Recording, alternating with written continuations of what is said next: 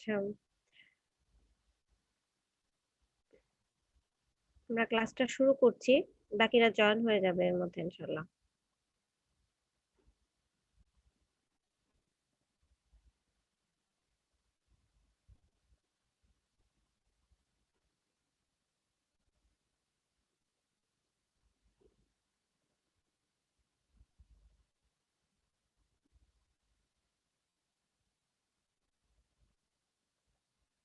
আমরা ইউটিলিটি চ্যাপ্টারটা পড়ছিলাম। শুনতে পাচ্ছ আমাকে ক্লিয়ারলি? জি ম্যাম।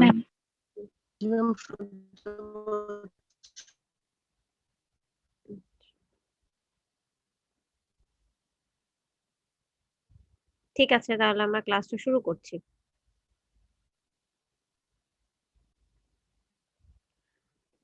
আচ্ছা, আমরা ইউটিলিটি, বিভিন্ন types of utility on the basis of production, আবার in case of consumption utility কত প্রকার সেগুলো পড়েছিলাম। টোটাল ইউটিলিটি পড়েছি, মার্জিনাল ইউটিলিটি পড়েছি, রিলেশনশিপ বিটুইন টোটাল ইউটিলিটি আর মার্জিনাল ইউটিলিটি, যেটা আমরা গত ক্লাসে পড়েছিলাম। এখন এই জায়গাটায় আসলে অ্যাকচুয়ালি যে গ্যাপটা রাখা আছে এখানে ফিগার আঁকার জন্য রাখা ছিল, তো এই স্লাইডে সেটা আমরা ফিগারটা আলাদাভাবে দেখেছিলাম। এখন যে বিষয়টা হচ্ছে, তোমরা যখন ফিগারটা আঁকছো, সাপোজ এখানে ফিগারটা গত ক্লাসে এঁকেছো, ফিগারের আবার নামকরণটা দিয়ে দিবে যে relationship between total and marginal utility curve. হ্যাঁ, এখানে ওই কার্ভটা হওয়ার কথা, এখানে এটা নেই। আমি কার্ভটা আলাদাভাবে এক্সটার্নাল সোর্স থেকে নিয়ে তোমাদেরকে দেখিয়েছি। নরমালি এই জায়গাটা আমি নিজে মানে হাতে আঁকা থাকে আর কি। আচ্ছা, তারপরে এখন রিলেশনশিপটা যখন আমরা বলবো, আহ শুধুমাত্র তোমার হচ্ছে যদি মানে বলা হয় যে relationship between total utility marginal utility, এটাকে এক্সপ্লেন করা বা ব্যাখ্যা দেওয়া, তখন তোমার মার্কের উপরে ডিপেন্ড করে, কারণ এটা একটা ব্রড কোশ্চেন।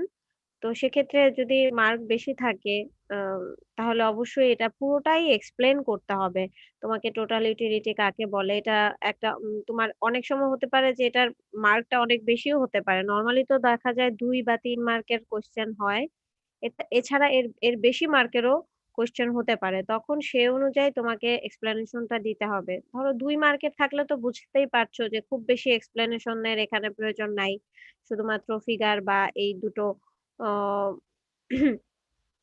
দুটো রিলেশনশিপ মানে লিখলেই এনাফ। কিন্তু যদি এটার মার্ক এর থেকে বেশি থাকে সেক্ষেত্রে কিন্তু তোমাকে সবকিছু খুব ভালোভাবে এক্সপ্লেন করতে হবে। যেমন ধরো তোমার শিডিউল, কার্ভ, প্লাস যে কার্ভটা তুমি এঁকেছো বা শিডিউল দেখাচ্ছ সেটার এক্সপ্লেনেশনটা, যে এখানে দেখো এক্সপ্লেনেশনটা, গ্রাফের যে এক্সপ্লেনেশনটা সেটা দেওয়া আছে। ইন দ্য অ্যাভাব ডায়াগ্রাম বলতে যে ডায়াগ্রামটা গত ক্লাসে এঁকেছো সেটার কথা বলা হচ্ছে। হ্যাঁ, বলা হচ্ছে যে horizontal axis represents the number of apples consumed and vertical axis represents the utility obtained from the consumption of apples. ঠিক আছে, কারণ আমরা ভার্টিক্যাল এক্সিসে দেখেছিলাম কি টোটাল ইউটিলিটি এন্ড মার্জিনাল ইউটিলিটিটা, আর হরিজন্টাল এক্সিসে নাম্বার অফ অ্যাপলসটা ছিল। তারপরে কি হলো, দ্য ফার্স্ট অ্যাপলস, ওই যে গত ক্লাসের এক্সপ্লেনেশনটা আর কি, এখানে গত ক্লাসের যে এক্সপ্লেনেশনটা সেটা এখানে মানে আজকে ডেসক্রাইব করছি। The first apples consumed gives 4 units of utility to consumer. হ্যাঁ, আহ, ওখানে দেওয়া আছে প্রথম আপেলের ক্ষেত্রে কনজিউমারের ইউটিলিটিটা হচ্ছে 4 ইউনিটস। হ্যাঁ, this is called initial utility. এই যে এটাকে বলা হচ্ছে ইনিশিয়াল ইউটিলিটি, কারণ একটা আপেল কনজাম্পশনে টোটাল ইউটিলিটি 4, এবং সেক্ষেত্রে মার্জিনাল ইউটিলিটিও 4, কারণ তার আগেরটা তো 0 ছিল, তাহলে 0 থেকে 4 এর এই এখানে আর কোনো চেঞ্জ হচ্ছে না, তো এর জন্য ইনিশিয়াল ইউটিলিটিটা হচ্ছে 4। তারপরে দিস ইজ ইনিশিয়াল ইউটিলিটি,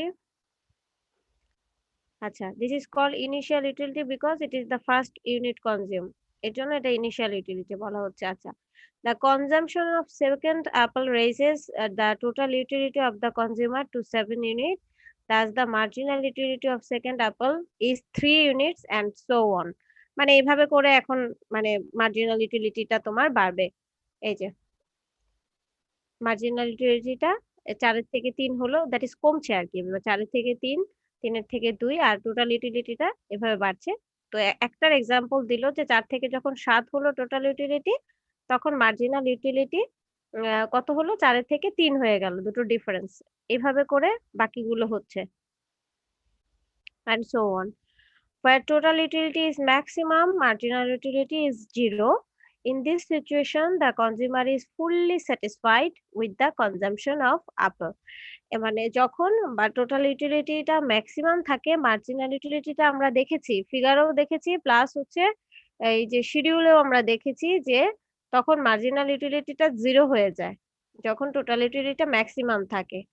গ্রাফটা গত ক্লাসে যারা এঁকেছো, গ্রাফের দিকে খেয়াল করলেও দেখবে যে যখন মার্জিনাল টোটাল ইউটিলিটিটা হাইয়েস্ট পয়েন্টে থাকে, ওইভাবে সমান্তরাল রেখাটা যদি ম্যাচ করাও দেখবে মার্জিনাল ইউটিলিটিটা একদম ছেদ বিন্দু দিয়ে গেছে, মানে হরিজন্টাল এক্সিস বরাবর গেছে, দ্যাট ইজ এখানে মার্জিনাল ইউটিলিটিটা 0 ছিল। ঠিক আছে, এই পয়েন্টটাকে কি বলা হচ্ছে, the marginal utility curve Katz the horizontal axis. ওই সময় মার্জিনাল ইউটিলিটিটা হরিজন্টাল এক্সিসকে তোমার ইন্টারসেক্ট করে যায়। This is called the point of satiety. ওই যে পয়েন্টটা, যে পয়েন্টটাতে মার্জিনাল ইউটিলিটিটা হরিজন্টাল এক্সিসকে কাট করে চলে যায়, আমাদের খেয়াল আছে কিনা যে আমরা ফিগারটা যেটা দেখেছিলাম যে মার্জিনাল ইউটিলিটি এভাবে ডিক্লাইন করে। হ্যাঁ, তো এইভাবে ডিক্লাইন করার সময় যে এখানে যে হরিজন্টাল এক্সিসটা ছিল, এটার কোনো একটা বিন্দুতে কি মার্জিনাল ইউটিলিটিটা ছেদ করে যাচ্ছে, এবং সেই বিন্দুটা কোনটা, যেখানে টোটাল ইউটিলিটি ম্যাক্সিমাম ছিল। তো ওই পয়েন্টটাকে বলা হচ্ছে point of satiety. After reaching the point of satiety, the marginal utility curve goes below the horizontal axis, thereby showing negative marginal utility. ওই পয়েন্টের পরে মার্জিনাল ইউটিলিটিটা কি হয়, হরিজন্টাল এক্সিসের নিচে নেমে আসে, এবং নিচে চলে গেলে তখন পয়েন্ট গুলো হয়ে যায় মাইনাস, তাই না? তো ওই মাইনাস যখন হয় তখন হচ্ছে ওই টাইমটাতে ইন্টারসেক্ট করার পরে মার্জিনাল ইউটিলিটিটা নেগেটিভ হয়ে যাচ্ছে, এবং সেক্ষেত্রে টোটাল ইউটিলিটিটার পরিমাণ কমতে থাকছে। এটাই, এই এক্সপ্লেনেশনটাই গত ক্লাসে যেটা, সেখানে আর কি বিভিন্ন পয়েন্ট গুলোকে আর কি নামকরণ যে করা হয়েছে সেটাও এখানে ক্লিয়ার করে বলে দেওয়া হয়েছে। ফিগারটা যদি দেখানো যায়,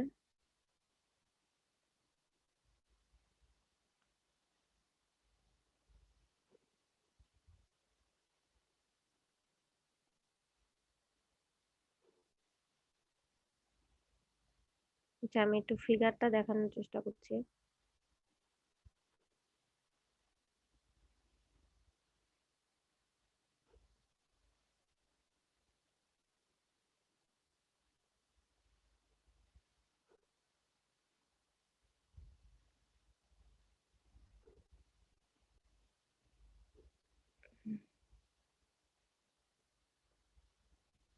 আচ্ছা, এই ফিগারটা একটু দেখো। ফিগারটা কি দেখতে পাচ্ছো? জি ম্যাম। আচ্ছা, এই যে আমরা যে পয়েন্ট গুলো বলছি এখানে তোমরা নিজেরা যে ড্রয়িংটা গতকালকে করেছো সেখানে তোমরা হচ্ছে এঁকে নাও। হুম। এই যে দেখো, টোটাল ইউটিলিটিটা যখন মানে শুরু হচ্ছে, ওই ইনিশিয়াল পয়েন্টটা, এই যে এখান থেকে শুরু হচ্ছে 1 ইউনিট, সাপোজ এখানে তোমাদের নিশ্চয়ই 4 ছিল, তো ওইটাকে ইনিশিয়াল ইনিশিয়াল ইউটিলিটি বলা হচ্ছে। এবং এই জায়গাটায় হচ্ছে আমাদের ম্যাক্সিমাম পয়েন্ট হচ্ছে, ধরো এখানে 10 এবং এখানে 10 ধরে নিচ্ছি আর কি, কারণ এখানে অনুযায়ী ম্যাচিং হচ্ছে না, তারপরে আমরা আমাদের ফিগার অনুযায়ী বলে নিচ্ছি। তো এই জায়গাটা এসে আমাদের টোটাল ইউটিলিটি ম্যাক্সিমাম হয়। তারপরে 5 ইউনিট যখন হয়ে যায় তখন হচ্ছে টোটাল ইউটিলিটি একদমই ম্যাক্সিমাম এবং মার্জিনাল ইউটিলিটি ওই সময় শূন্য। দেখো এই জায়গায় মার্জিনাল ইউটিলিটিটা শূন্য। এই জায়গাটা, এই পয়েন্টটাকে বলা হচ্ছে পয়েন্ট অফ স্যাটাইটি। ঠিক আছে, পয়েন্ট অফ স্যাটাইটি বলা হচ্ছে এই জায়গাটাকে। হুম। এই জায়গাটাকে বলা হচ্ছে পয়েন্ট অফ স্যাটাইটি, যেখানে এই যে ইন্টারসেক্ট করছে, মার্জিনাল ইউটিলিটি নিচে চলে যাচ্ছে এবং এখানে মার্জিনাল ইউটিলিটির মানটা 0 বা টোটাল ইউটিলিটির মানটা হচ্ছে হাইয়েস্ট। ঠিক আছে, এই পয়েন্ট অফ স্যাটাইটির পরে মার্জিনাল ইউটিলিটি হরিজন্টাল এক্সিসের নিচে নেমে আসছে, এবং যখন নিচে নেমে আসছে তখন মার্জিনাল ইউটিলিটির মানটা নেগেটিভ হচ্ছে। ঠিক আছে।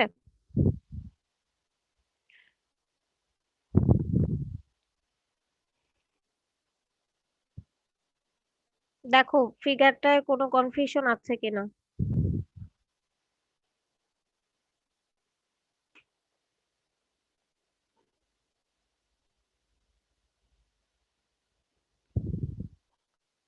আচ্ছা, আমি তাহলে ফিগারটা মানে সরিয়ে ফেলছি।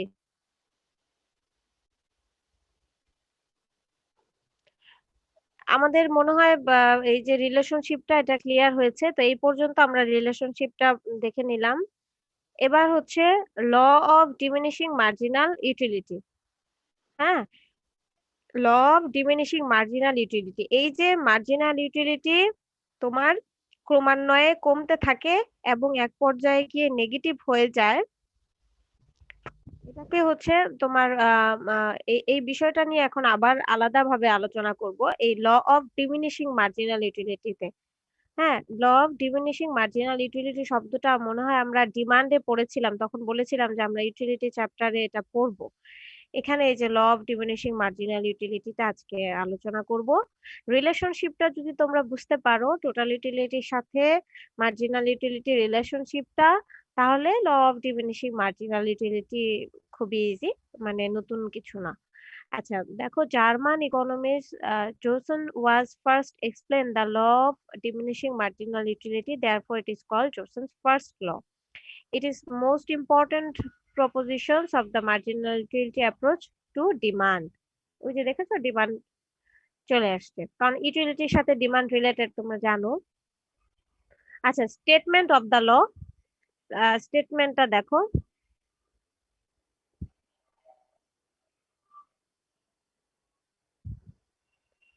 আচ্ছা দেখো, this law simply tells us that we obtain less and less utility from the successive units of a commodity as we consume more and more of it. একটু বুঝতে চেষ্টা করো এই লাইনটার কথা। And according to Marshall, the additional benefit which a person derives from a given increase of a stock of a thing diminishes, other things being equal, with every increase in the stock that he already has. এইটা পরে, এই অংশটুকু পরে বোঝার চেষ্টা করো, এটা দরকার নেই এখন, আগে তুমি শুধু এইটুকু বুঝো।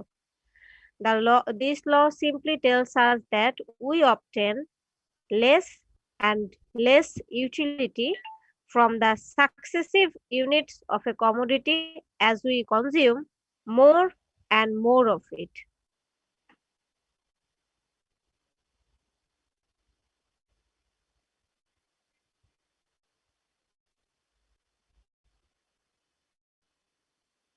কথাটার মানেটা কি কিছুটা বুঝতে পারছো? জি ম্যাম, কিছুটা জি বোঝা ম্যাম। যাচ্ছে। ওই আমরা এতক্ষণ যেটা আমরা এই রিলেশনশিপে দেখলাম, আমরা প্রতিটা ইউনিট যত বাড়ছে, হ্যাঁ, ততই কিন্তু মার্জিনাল ইউটিলিটি কমছে। The more and more we consume, the less and less the marginal utility. কারণ কি? কারণ আমি ওই যে যে যে এক্সাম্পলটা আমি আগেও দিয়েছি যে একজন মিষ্টি পছন্দ করে, তো তুমি তাকে প্রথমে একটা মিষ্টি দিয়েছো, সে মিষ্টিটা খুব আগ্রহ সহকারে স্যাটিসফ্যাকশন সহকারে খেলো, একটা খেলো, দুটো খেলো, তিনটে খেলো, এইভাবে যদি তুমি মানে সে প্রায় 1 কেজি মিষ্টি খাওয়ার পরে তার কিন্তু মিষ্টি খাওয়ার প্রতি যে মানে ইয়েটা ছিল, সেই স্যাটিসফ্যাকশনটা কিন্তু তার কমে যাবে, তার আর খেতে ইচ্ছে করবে না। তার মানে যত বেশি ইউনিট অ্যাড হচ্ছে, মার্জিনাল ইউটিলিটির পরিমাণ, হ্যাঁ, ততই কিন্তু কমে যাচ্ছে। তো এই যে এইটাকেই তোমার আসলে আহ, এই এই লটাই হচ্ছে ডিমিনিশিং মার্জিনাল ইউটিলিটির ল। মানে এই বিষয়টা কি অ্যাকচুয়ালি মার্জিনাল ইউটিলিটি যে ডিমিনিশিং রেটে কমে, সেটার কথাই বলা হচ্ছে। তো মার্শাল এই কথাটাকে একটু কঠিন ভাবে, মানে কঠিন বলবো না, বাট তার নিজের ভাষায় আর কি বলেছেন যে এডিশনাল বেনিফিট, ওই যে যে এডিশনাল ইউনিটটা তুমি কনজিউম করছো, additional benefit which a person derives, যেটা একজন পার্সন ডিরাইভ করে from a given increase of A stock of a thing diminishes. মানে ওই যে যে জিনিস প্রোডাক্টটার কথা বলা হচ্ছে, সেই প্রোডাক্টটা যত বেশি করে সে কনজিউম করবে, other things being equal, with every increase in the stock that he already has. মানে এই কথাটা একটু কমপ্লেক্স, বাট হচ্ছে মিনিংটা ওই এইটা, তুমি এটাকে মনে রাখো তাহলেই হবে। কথাটা সে খুব কমপ্লেক্স ভাবে বলেছে মার্শাল, বাট মিনিংটা হচ্ছে এই এই এই বিষয়টাই হচ্ছে এটার মেইন।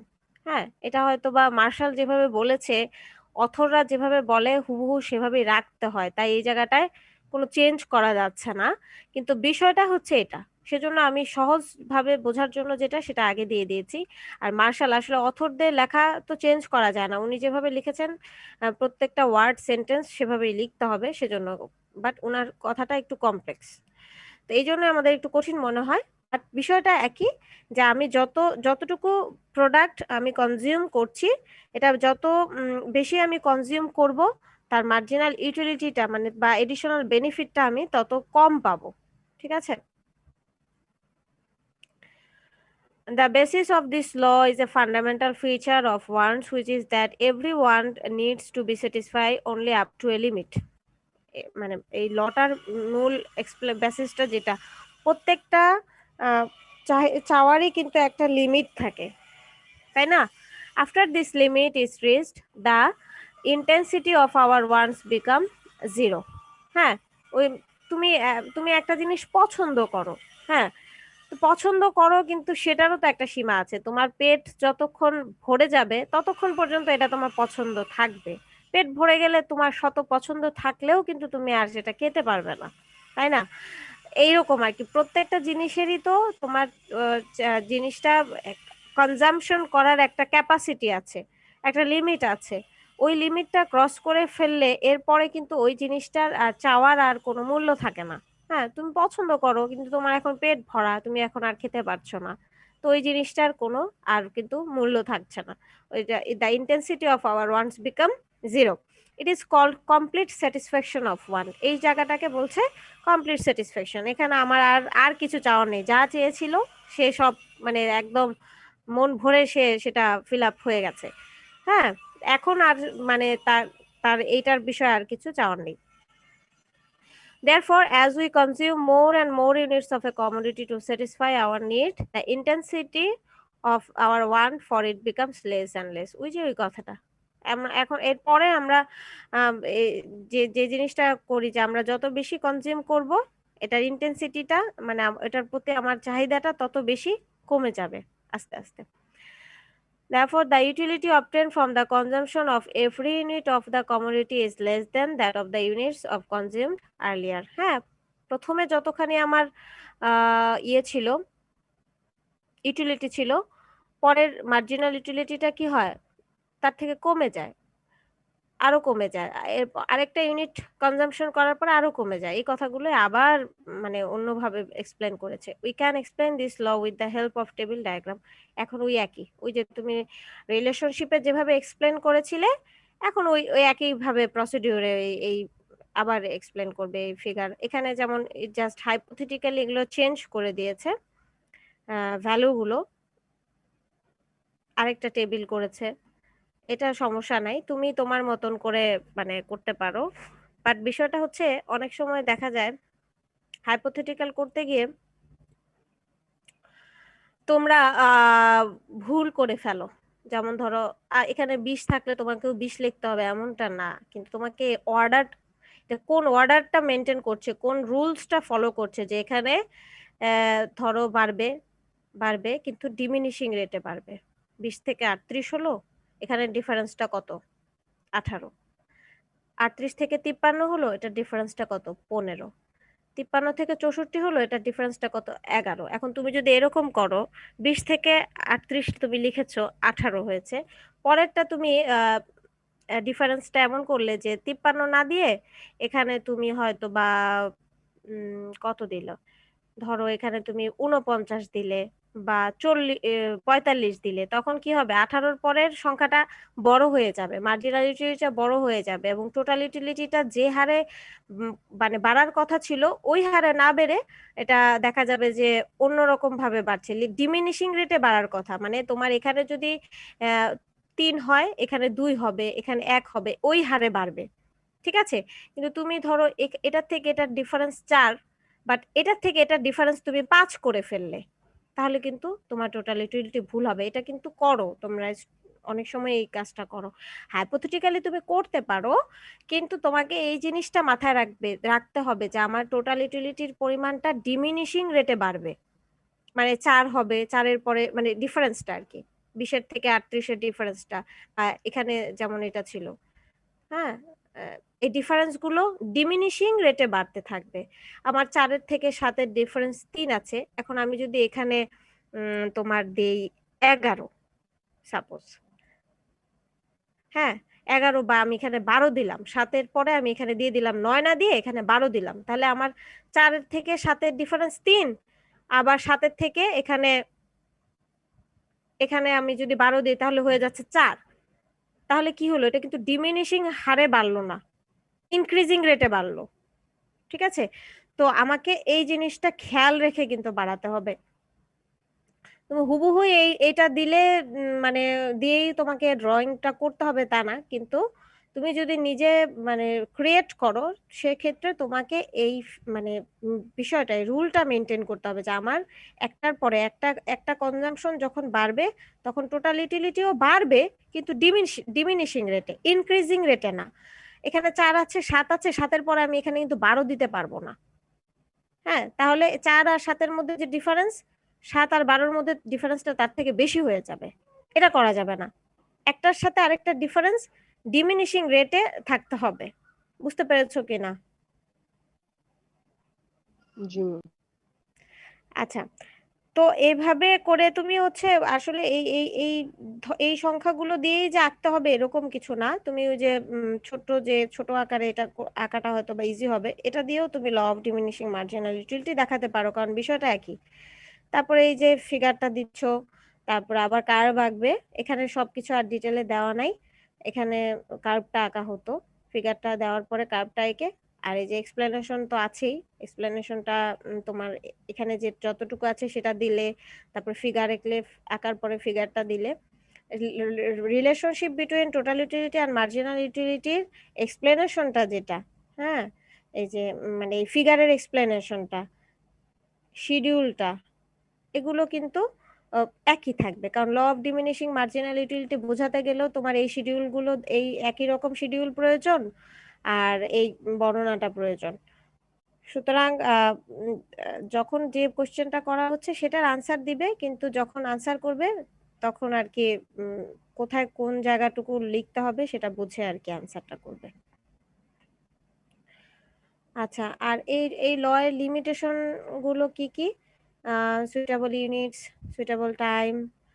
আচ্ছা, মানে এক্ষেত্রে যে সুইটেবল ইউনিট, টাইম, এই জায়গাগুলো যেগুলো বলা হয়েছে যে মানে তোমার সব সময় যে লটা অ্যাপ্লিকেবল হবে তা না, মানে সুইটেবল ইউনিটস হতে হবে বা টাইম হতে হবে, নো চেঞ্জেস, ওই যে other things remaining the same, ওই কথাটা আবারও আসে এখানে, মনে হয় মার্শাল বলেছেন আদার থিংস বিং ইকুয়াল। কারণ মার্শালেরটা আমাদের অ্যাকচুয়ালি মানে যদি অনেস্টলি স্পিকিং, এটা আমাদের মুখস্থ করতে হবে আর কি, মার্শালের কথাটা, মার্শালের লটা। ঠিক আছে, মার্শালের লটা আমাদের মুখস্থ করতে হবে, কিন্তু থিমটা হচ্ছে মেইনলি যত ইউনিট করে বাড়বে তত মার্জিনালিটি কমবে। হ্যাঁ, তো এই মার্শালের লটা কমপ্লেক্স হলেও এখানে কিন্তু ক্লিয়ার করে বলে দেওয়া আছে যে আদার থিংস বিং ইকুয়াল, এটা কিন্তু থাকতেই হবে, এটা লিমিটেশন।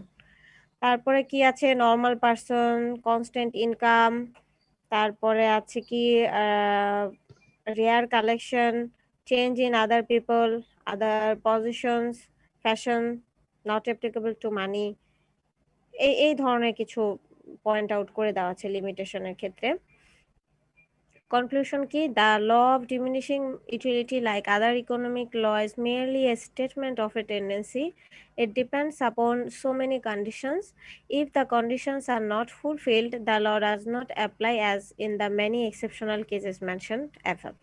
ওই যে এক্সেপশনাল মানে এই কন্ডিশন গুলো ফিল আপ করতে হবে, তারপরে এই জিনিসগুলো যদি ফিল আপ না করা হয় তাহলে লটা পারফেক্টলি অ্যাপ্লাইড হবে না, এটাই আর কি কনক্লুশনে বলে দেওয়া আছে আর কি। তো সময়ের উপরে ডিপেন্ড করবে তুমি কতখানি সময় পাচ্ছ, সময়ের উপরে তোমার এক্সপ্লেনেশনটাও ডিপেন্ড করবে। হ্যাঁ, তুমি যদি সময় এবং কত মার্কসের মধ্যে পরীক্ষাটা হচ্ছে সে অনুযায়ী তোমার এই এক্সপ্লেনেশন গুলো হবে।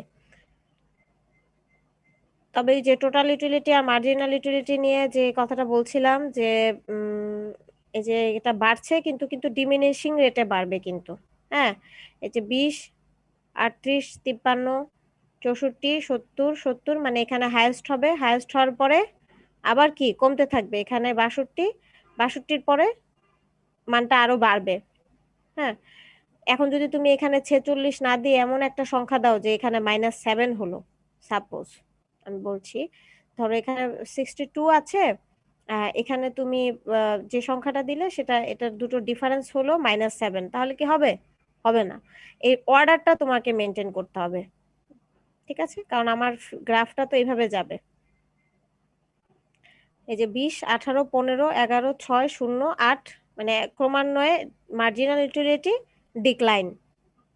ঠিক আছে, তো তোমার এই গ্যাপিং এর মধ্যে যদি এলোমেলো হয় টোটাল ইউটিলিটি, তাহলে এখানে উল্টো পাল্টা হয়ে যাবে, 18 হতে পারে 20, 18-র পরে আবার 25 হয়ে গেল, তাহলে কিন্তু মানে তুমি ফিগারটাও হবে না, আর যে ইয়েটা আছে আমাদের যে টোটাল ইউটিলিটি মার্জিনাল ইউটিলিটি রিলেশনশিপটাই তখন ভুল হয়ে যাবে আর কি।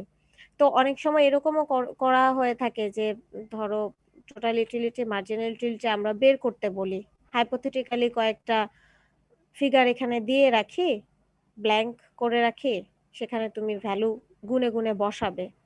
হ্যাঁ, যে এখানে তাহলে কত হতে পারে, ধরো এই ভ্যালুটা নাই এখানে।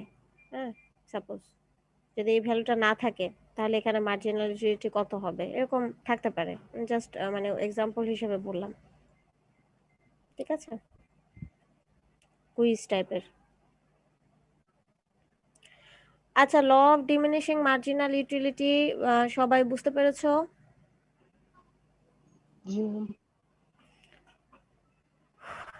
আচ্ছা, কে কে বলতে পারবে রিলেশনশিপটা বলতে পারাটাই হচ্ছে লটা বলতে পারবে, লটাই বলো, তাহলে আমরা সবই বুঝতে পারবো। কে কে বলতে পারবে হ্যান্ড রেজ করো তো।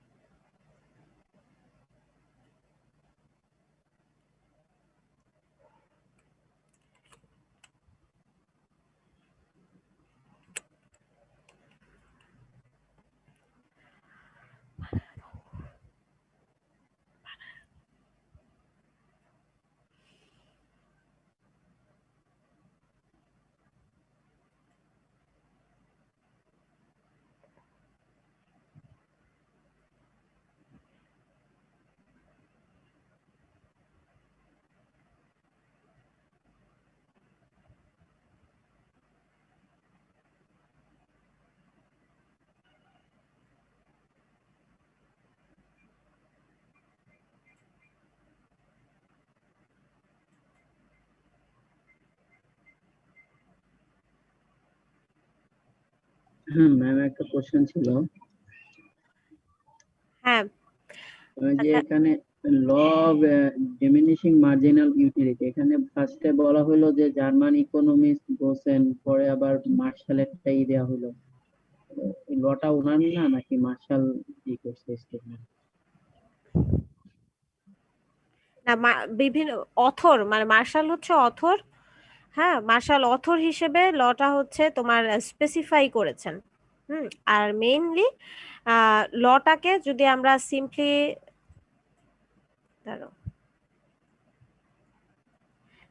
যদি আমরা সিম্পলি ডিসক্রাইব করি, প্রত্যেকটা জিনিসই তো তোমার অথর যেভাবে বলবেন সেইভাবে হচ্ছে সেটাকে ডিসক্রাইব করা হবে। অথরেরটা তো আছেই, শুনতে পাচ্ছ আমাকে? জি ম্যাম। আচ্ছা, অথরেরটা তো আমরা ডিসক্রাইব করবই, সাথে হচ্ছে লটার মিনিংটা কি, এটা হচ্ছে ল এর মিনিংটা। ঠিক আছে, এটুকু হচ্ছে ওই লটার মিনিংটা। ঠিক আছে, যে লটার মিনিংটা অ্যাকচুয়ালি কি।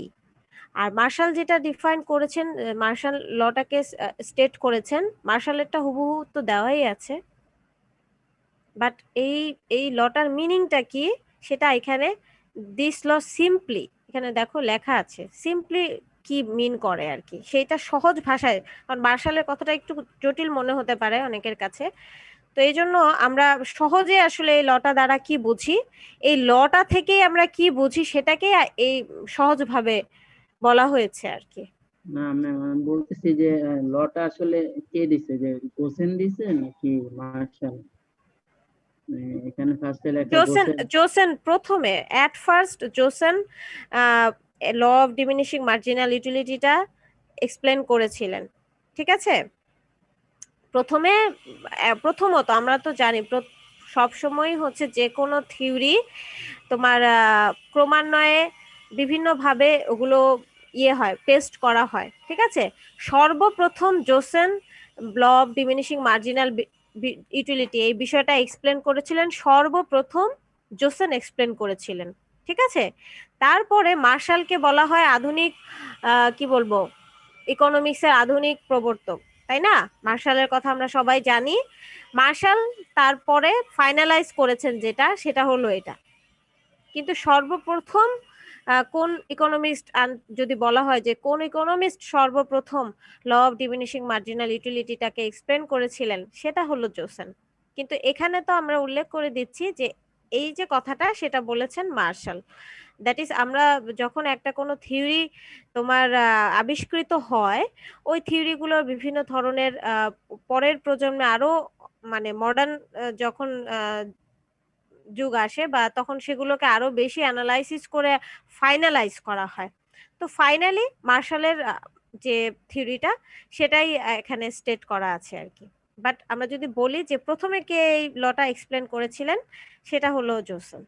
যেমন আমরা ইকোনমিক্সের সংজ্ঞা যখন পড়েছিলাম, মনে আছে কিনা, যে প্রথমে কে বলেছিলেন, তারপর আস্তে আস্তে তোমার আধুনিক যুগে এল রবিন্স পর্যন্ত সেটা এসেছে।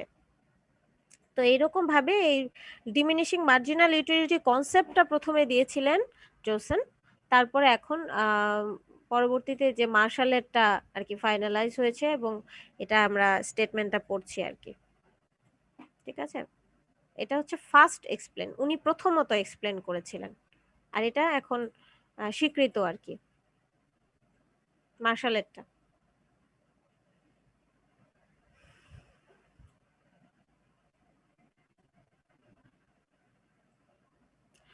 আচ্ছা, তাহলে এখানে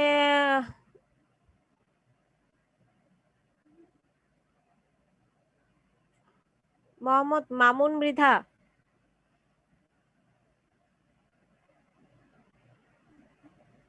জি ma'am.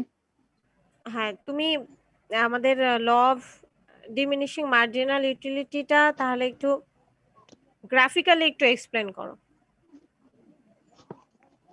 Okay ma'am. Ma'am, law of প্রথমত মার্জিনাল ইউটিলিটি হয়েছে ইকোনমিক্সের ভাষায় যেটা হচ্ছে এডিশনাল বা এক্সট্রা, মানে নাম্বার অফ কমোডিটি কনজিউম এর ধীরে ধীরে যখন বাড়বে, মানে একটা নাম্বারটা একটা ব্যবহার করা যে কমিউনিটি ব্যবহার করি ওটা মানে একবার তো ব্যবহার করতেছি, তো ওটা ধীরে ধীরে ওটা কমবে। আহ, তো একটা পয়েন্টে এসে যখন এটা আমরা প্রথমবার আমরা একটা কমিউনিটি ইউজ করব, তখন এটা থাকবে সবচেয়ে বেশি। কিন্তু যখন আমরা ধীরে ধীরে এটা ইউজ করতে থাকবো, তখন আমাদের ইউটিলিটিটা এখানে কমতে থাকবে। তো একটা পয়েন্টে এসে এটা একেবারে জিরো হয়ে যাবে, যখন এটা গ্রাফের ক্ষেত্রে এটা তখন এক অক্ষকে ছেদ করবে।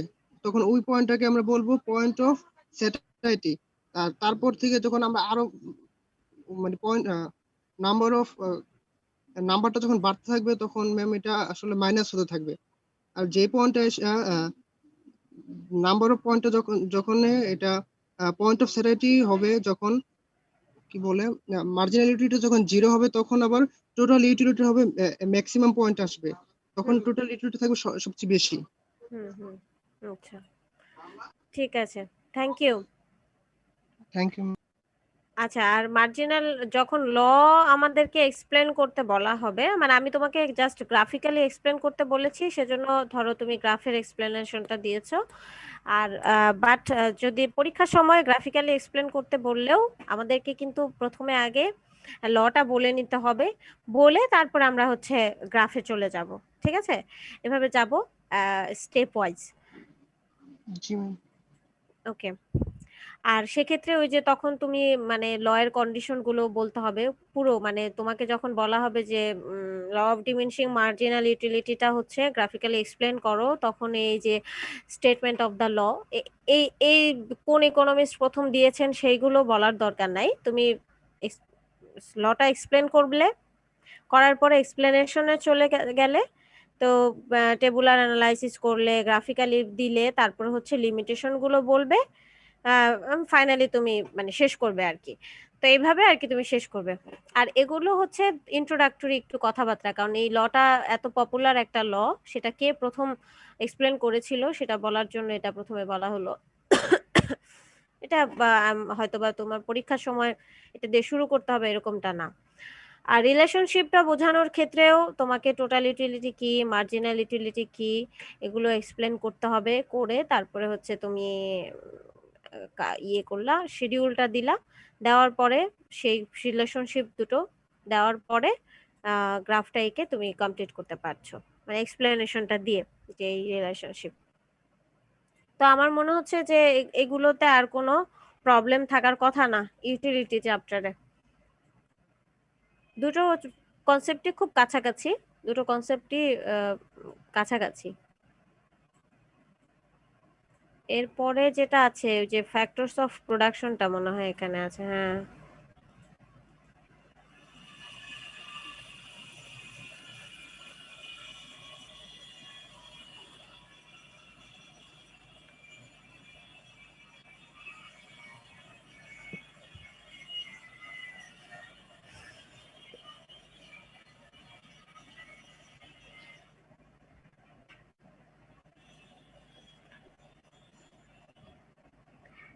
আচ্ছা, এখানে আজকে আরেকটা কনসেপ্ট, আমাদের ইউটিলিটি চ্যাপ্টারটা শেষ হলো। আর প্রায়ই আমরা ওই যে ফ্যাক্টরস অফ প্রোডাকশন এই ওয়ার্ডটা শুনে থাকি, ফ্যাক্টরস অফ প্রোডাকশন ওয়ার্ডটা। প্রোডাকশন কি সেটা তো আমরা জানি। দেখো, production is defined as the creation of utility or the creation of one satisfying goods and services. Besides, production should be defined not only as creation of utility but also creation or addition of value. হ্যাঁ, যে কোনো কিছু আমরা যেটা produce করছি, যেটা utility create করে, এ ধরনের সব যে কোনো কিছুকেই, সেটা কোনো প্রোডাক্ট হতে পারে, কোনো সার্ভিস হতে পারে, সেটাকে আমরা প্রোডাকশন বলছি। এক্ষেত্রে আর ফ্যাক্টরস অফ প্রোডাকশন গুলো কি কি? Productive resources required to produce a given product are called factors of production. 4 factors of production, মানে এই যে প্রোডাক্ট প্রডিউস করতে যে রিসোর্স গুলো লাগে সেগুলোকে ফ্যাক্টরস অফ প্রোডাকশন বলে। মানে যে ফ্যাক্টর গুলো বা যে ইনপুট গুলো দিয়ে আমরা একটা কিছু প্রডিউস করি সেটাকে বলা হচ্ছে factors of production. Factors of প্রোডাকশনের মধ্যে প্রথমেই যেটা আসছে সেটা হচ্ছে ল্যান্ড, তারপরে আসছে লেবার, তারপরে ক্যাপিটাল, আরেকটা হচ্ছে কি অর্গানাইজেশন বা এন্টারপ্রাইজ। ঠিক আছে, প্রোডাকশন করতে গেলে যে ফ্যাক্টরগুলো প্রথমত লাগে, হ্যাঁ, যেমন এগ্রিকালচারাল প্রোডাকশনের ক্ষেত্রেও যদি আমরা বলি, প্রথমেই কি লাগবে, তোমার ল্যান্ড লাগবে। জমি ছাড়া তো আর প্রোডাকশন করা যাচ্ছে না। ল্যান্ড লাগবে জমি প্রস্তুত করতে, বা যে প্রোডাক্টটাই তুমি প্রডিউস করো তার জন্য লেবার লাগবে, এবং সেই লেবার কস্ট বলো বা আদার র ম্যাটেরিয়ালের কস্ট, সেটা বহন করার জন্য কি লাগবে, ক্যাপিটাল, হ্যাঁ, বা মানি লাগবে, ক্যাপিটাল লাগবে, আর হচ্ছে একটা এন্টারপ্রাইজ বা অর্গানাইজেশন লাগবে। তো এই জিনিসগুলোকে, এই চারটা জিনিসকে বলা হয় ফ্যাক্টরস অফ প্রোডাকশন। এই রিসোর্সগুলোকে বলা হচ্ছে ফ্যাক্টরস অফ প্রোডাকশন। আমরা প্রায়ই শুনে থাকি factors of production, factors of production. এই ফ্যাক্টরস অফ প্রোডাকশন গুলো হচ্ছে এই চারটা জিনিস: land, labour, capital and organisation. এখন ওই চারটা ফ্যাক্টর অফ প্রোডাকশন গুলোকে আমরা একটু তোমার হচ্ছে একটু একটু করে আলোচনা করব। প্রথমেই যেটা আছে সেটা হলো land. The term land has been given a special meaning in economics. Land মানে তো জমি, সেটা আমরা সবাই জানি, কিন্তু ইকোনমিক্সের ভাষায় ল্যান্ড মানে কি?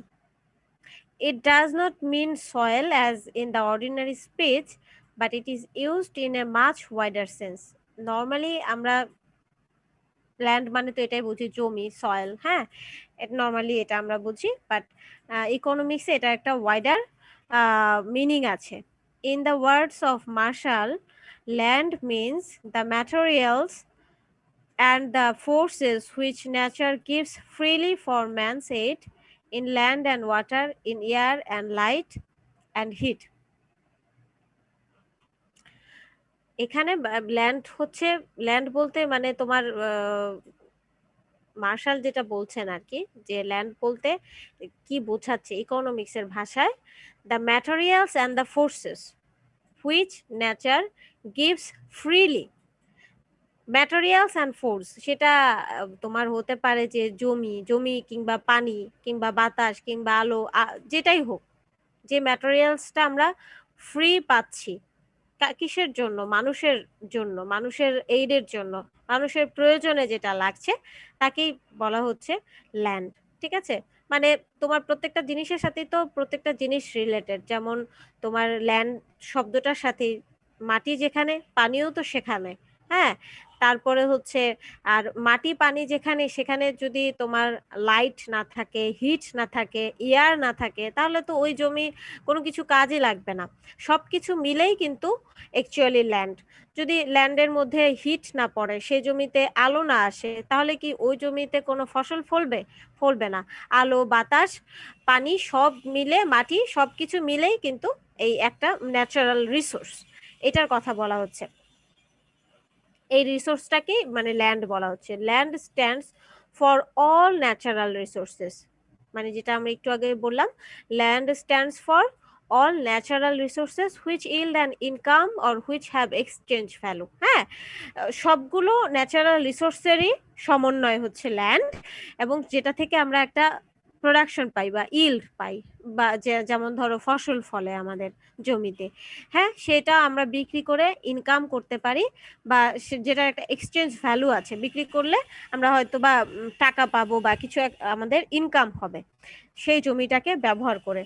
তো সেটাই হলো land. Land stands for all natural resources which yield an income or which have exchange value।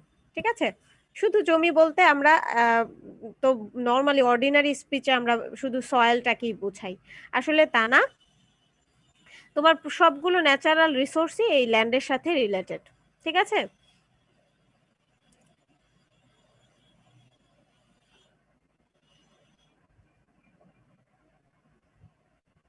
আচ্ছা, ফিগারটা কি কেউ দেখতে চাচ্ছ না? আমি তাহলে একটু দেখিয়ে দিচ্ছি। কেউ কেউ যদি কেউ ইউটিলিটির ফিগারটা এখনো কমপ্লিট না করে থাকো, আমি ফিগারটা আবার শেয়ার করছি, একটু দেখে নাও। দেখতে পাচ্ছ? ফিগারটা তোমাদের আমাদের যে শিডিউল আছে ওই শিডিউল অনুযায়ী আঁকতে হবে। এখানে একটা স্যাম্পল জাস্ট এটা।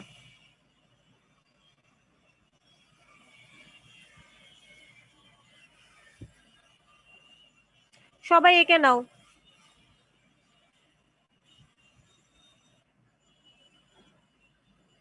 ম্যাম আমার একটা কোয়েশ্চেন ছিল বলো।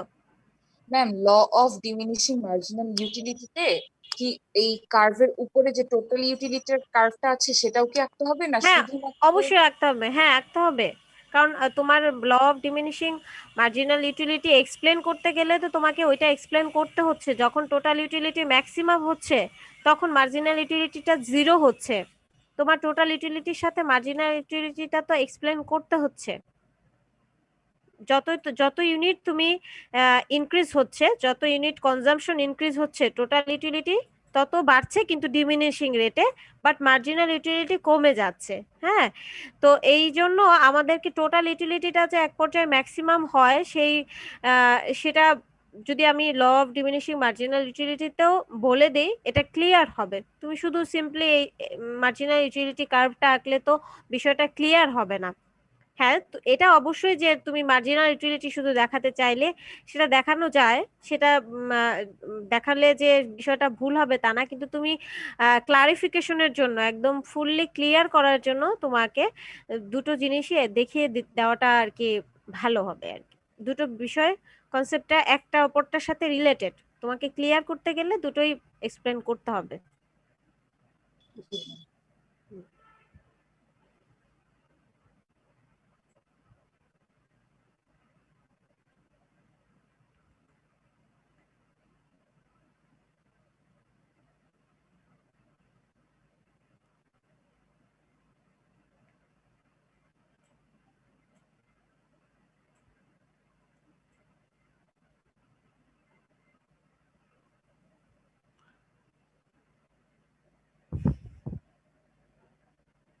আচ্ছা, ফিগারটা কি সবার হয়েছে?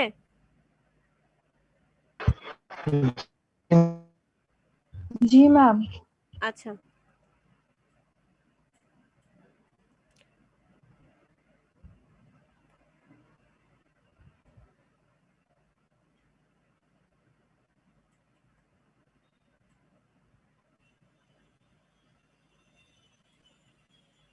এই যে এখানে দেখো, যখন টেবিল ওয়ানটা তুমি দেখছো তখন দেখো টোটাল ইউটিলিটিটাও দিতে হচ্ছে, কারণ আমাকে একটার সাথে আরেকটা রিলেটেড। তো তুমি শুধু যদি মার্জিনাল ইউটিলিটিটা বলো তাহলে জিনিসটা ক্লিয়ার হবে না। কিভাবে মার্জিনাল ইউটিলিটিটা হলো? মার্জিনাল ইউটিলিটির উৎপত্তি হলো টোটাল ইউটিলিটি থেকে, তাই না? কারণ টোটাল ইউটিলিটির এক ইউনিট কনজাম্পশন ফলে টোটাল ইউটিলিটির যে পরিমাণ চেঞ্জ হয় সেটাই মার্জিনাল ইউটিলিটি। সুতরাং মার্জিনাল ইউটিলিটি দেখাতে গেলে তো আমাকে টোটাল ইউটিলিটিটা অবশ্যই দেখাতে হবে। বুঝতে পেরেছো? নর্মালি তুমি মার্জিনাল ইউটিলিটি, পুরো লটা অ্যাকচুয়ালি মার্জিনাল ইউটিলিটিটা যে কমে যাচ্ছে সেটাকে কেন্দ্র করে, নামও law of diminishing marginal utility, কিন্তু মার্জিনাল ইউটিলিটিটার উৎপত্তি হচ্ছে টোটাল ইউটিলিটি থেকে। যে এক ইউনিট কনজাম্পশন বাড়লে টোটাল ইউটিলিটির যে পরিমাণ চেঞ্জ হয় সেটাকেই মার্জিনাল ইউটিলিটি বলে। তো টোটাল ইউটিলিটির কতখানি চেঞ্জ হলো সেটা দেখাতে গেলে তো আমাকে টোটাল ইউটিলিটিটা দেখাতে হবে। ম্যাম আর একটু রিপিট করলে ভালো হয়, শুনতে পাইনি। বলছি যে এক ইউনিট কনজাম্পশনের ইনক্রিজের ফলে টোটাল ইউটিলিটির যে পরিমাণ চেঞ্জ হয় সেটাকেই মার্জিনাল ইউটিলিটি বলছে। তো আমি যদি টোটাল ইউটিলিটিটাকে না দেখতে পাই তাহলে মার্জিনাল ইউটিলিটি তুমি কিভাবে বের করছো সেটা তো ক্লিয়ার হবে না। সেজন্য টোটাল ইউটিলিটির সাথে মার্জিনাল ইউটিলিটিটা মানে দেখাতে হচ্ছে আর কি। বুঝতে পেরেছো? জি ম্যাম। জি ম্যাম। আচ্ছা, আজকে তাহলে ওই আমরা যেটা শুরু করেছিলাম ওটা আমরা আগামী ক্লাসে কন্টিনিউ করব। ল্যান্ড সম্বন্ধে আমরা আজকে একটু জানলাম। আগামী ক্লাসে ক্যারেক্টারিস্টিক্স এবং আদার্স যে ফ্যাক্টরস অফ প্রোডাকশন গুলো আছে সেগুলো নিয়ে কথা বলবো। তাহলে আজকে আমাদের ক্লাসটা এই পর্যন্তই থাকলো।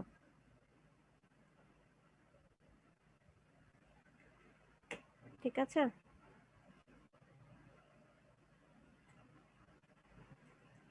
আসসালামু আলাইকুম।